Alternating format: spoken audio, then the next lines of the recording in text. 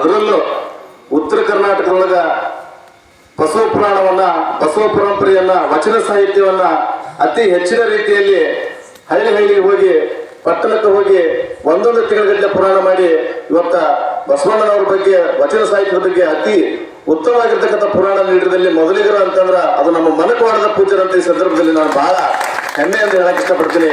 ಯಾಕಂದ್ರ ನಾನು ಮನಕವಾಡಕ್ಕ ಬಸವ ಪುರಾಣ ಹಚ್ಚಿದಾಗ ಹೋಗೇನಿ. ಎಷ್ಟು ಅದ್ಭುತ ಅಂದ್ರೆ ಸುಮಾರು 1 ಗಂಟೆ 2 ಗಂಟೆವರೆಗೂ ಎಂತ ಒಂದು ವಿಭಿನ್ನವಾದ ಕಾರ್ಯಕ್ರಮ ಅಂತಂದ್ರ ಅದ್ಭುತವಾಗಿರ್ತಕ್ಕಂಥ ಕಲ್ಯಾಣ ಅನ್ನುವಂಥದ್ದನ್ನ ಬಹುಶಃ ನಾನು ಇಲ್ಲಿ ಮನಕವಾಡದಲ್ಲಿ ನೋಡಿದ್ದೀನಿ.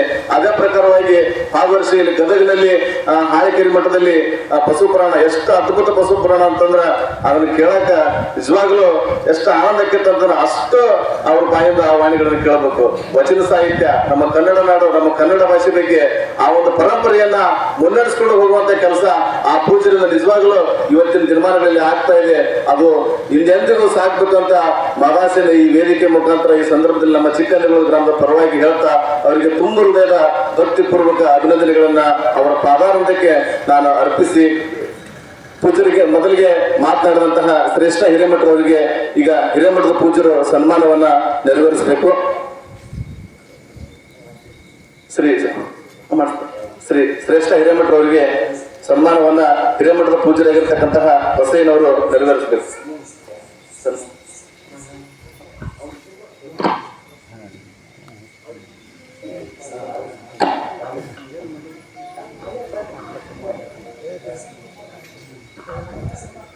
ಬಹಳ ಚಿಕ್ಕ ವಯಸ್ಸಿನಲ್ಲಿ ಅತ್ಯಂತ ಮಾರ್ಮಿಕ ಸಂದೇಶವನ್ನ ನೀಡಿದಂತಹ ಶ್ರೇಷ್ಠ ಹಿರೇಮಠರವರಿಗೆ ಧನ್ಯವಾದಗಳನ್ನ, ಶರಣಾರ್ಥಿಗಳನ್ನ ಸಮರ್ಪಣೆ ಮಾಡಿ, ಈಗ ಈ ಒಂದು ಪುರಾಣಕ್ಕೆ ಸೇವೆಯನ್ನ ಸಲ್ಲಿಸಿದಂತಹ ಶ್ರೀ ಸಿದ್ದರಾಮಯ್ಯ ಬಸಯ್ಯ ಕಾಶಿಮಠರವರು ಪೂಜೆಯಿಂದ ಬಂದು ಆಶೀರ್ವಾದವನ್ನು ಪಡೆದುಕೊಂಡು ಹೋಗ್ಬೇಕು.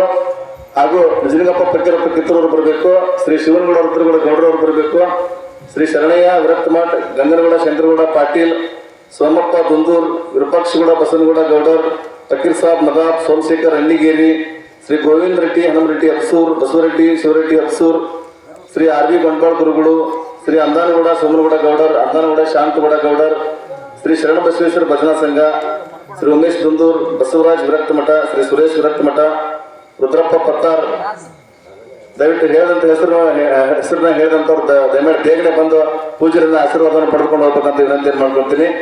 ಹುಚ್ಚಪ್ಪ ಬಡಿಗಾರ್, ಮಂಜುನಾಥ್ ಪಾಟೀಲ್, ಶ್ರೀ ದೇವಪ್ಪ ದೇವಸಿ, ಅಂದನಗೌಡ ಶಾಂತಗೌಡ ಗೌಡರ್, ಲಕ್ಷ್ಮಣ್ ಪತ್ತಾರ್, ದಯವಿಟ್ಟು ವೇದಿಕೆಗೆ ಬೇಗನೆ ಬಂದು ಪೂಜೆಯಿಂದ ಆಶೀರ್ವಾದವನ್ನ ಪಡೆದುಕೊಂಡು ಹೋಗ್ಬೇಕು.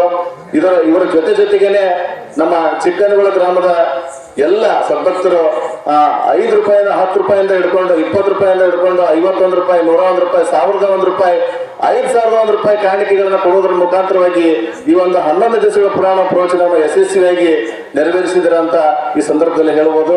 ಮತ್ತು ಇವತ್ತಿನ ದಿವಸ ಮಹಾದಾಸವನ್ನ ನೆರವೇರಿಸಿದಂತಹ ನಮ್ಮ ಚಿಕ್ಕನಗೌಡ ಗ್ರಾಮದ ಕಾಮಧೇನು ಸಿದ್ಧಾಶ್ರಮದ ಶ್ರೀ ಲಕ್ಷ್ಮಣ ಗುರೂಜಿ ಅವರು ಕೂಡ ಈ ಕಾರ್ಯಕ್ರಮಕ್ಕೆ ಬರಬೇಕಾಗಿತ್ತು. ಅಲ್ಲಿ ಅವರ ಮಠದಲ್ಲಿ ಕೂಡ ಕಾರ್ಯಕ್ರಮಕ್ಕೆ ಇರುವುದರಿಂದ ಬರ್ಲಿಕ್ಕೆ ಆಗಿಲ್ಲ. ಅವರಿಂದ ಕೂಡ ಇವತ್ತ ಮಹಾದಾಸೋಹ ಒಂದು ಪ್ರಸಾದ ಸೇವೆ ನಮ್ಮ ಗ್ರಾಮದಲ್ಲಿ ನೆರವೇರಿದೆ ಅನ್ನುವಂತಹ ಅನುದಾನದ ಮಾತನ್ನ ಹಂಚಿಕೊಳ್ತಾ, ಶ್ರೀ ಮಂಜುನಾಥ್ ಪಾಟೀಲ್ ಅವರು ಬಸವ ಹಿರೇಮಠರವರಿಗೆ ಮಾಲಾರ್ಪಣೆಯನ್ನ ಮಾಡಬೇಕು. ಅವರು ಒಂದು ಭಕ್ತಿಯ ಮಾಲಾರ್ಪಣೆಯನ್ನ ಮಂಜುನಾಥ್ ಪಾಟೀಲ್ ಅವರು ಬಸವ ಹಿರೇಮಠರವರಿಗೆ ನೆರವೇರಿಸಬೇಕಂತ ಕೇಳ್ಕೊತೀನಿ.